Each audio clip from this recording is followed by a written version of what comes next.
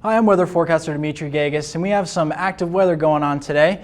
As we can see here, there's a flood watch until late Thursday evening, and so just keep that in mind for your commutes. If you run into, if you're trying to avoid those potholes or you run into flooding, just make sure that you're safe and you make good decisions, and maybe take an alternate route to your destination. Now, what is actually causing that flooding? Is that heavy precipitation, melting snow, and freezing ground, and all that mixing up together is going to, causing those things for concern of flooding. Now, we're going to track out that heavy precipitation Thursday at 2 a.m. That's when that rain's going to start moving in, and as it starts moving in at 6 a.m., right before your morning commute, is going to be our heaviest rain here. We see the heaviest red, orange, and yellow areas. We might even see some thunder in there. Might even hear some thunder in there, but as we move on through the rest of the day, we're going to see some mixed precipitation as well as those temperatures start to drop on Thursday.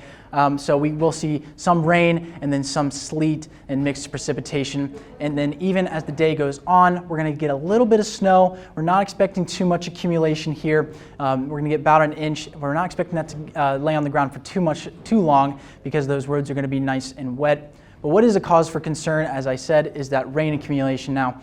1.42 inches there in Muncie, and then about 1.5 to 2 inches in the surrounding areas. So that is concerning in terms of a flood.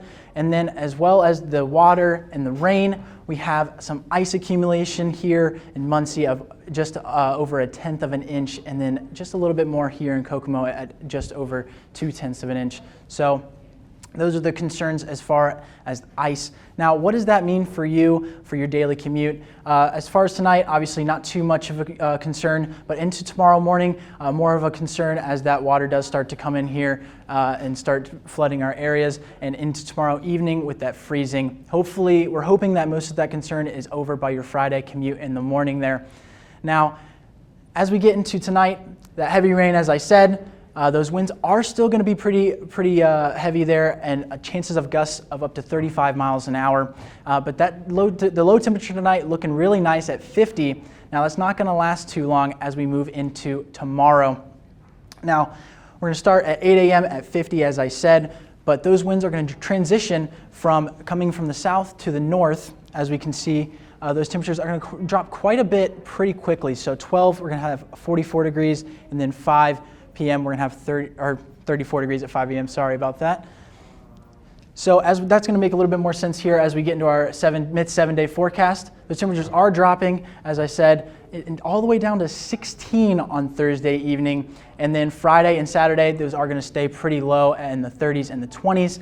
But thankfully, they're going to rise right back up again at the end of our weekend on Sunday and into next week as we get those higher temperatures and chances for precipitation as well.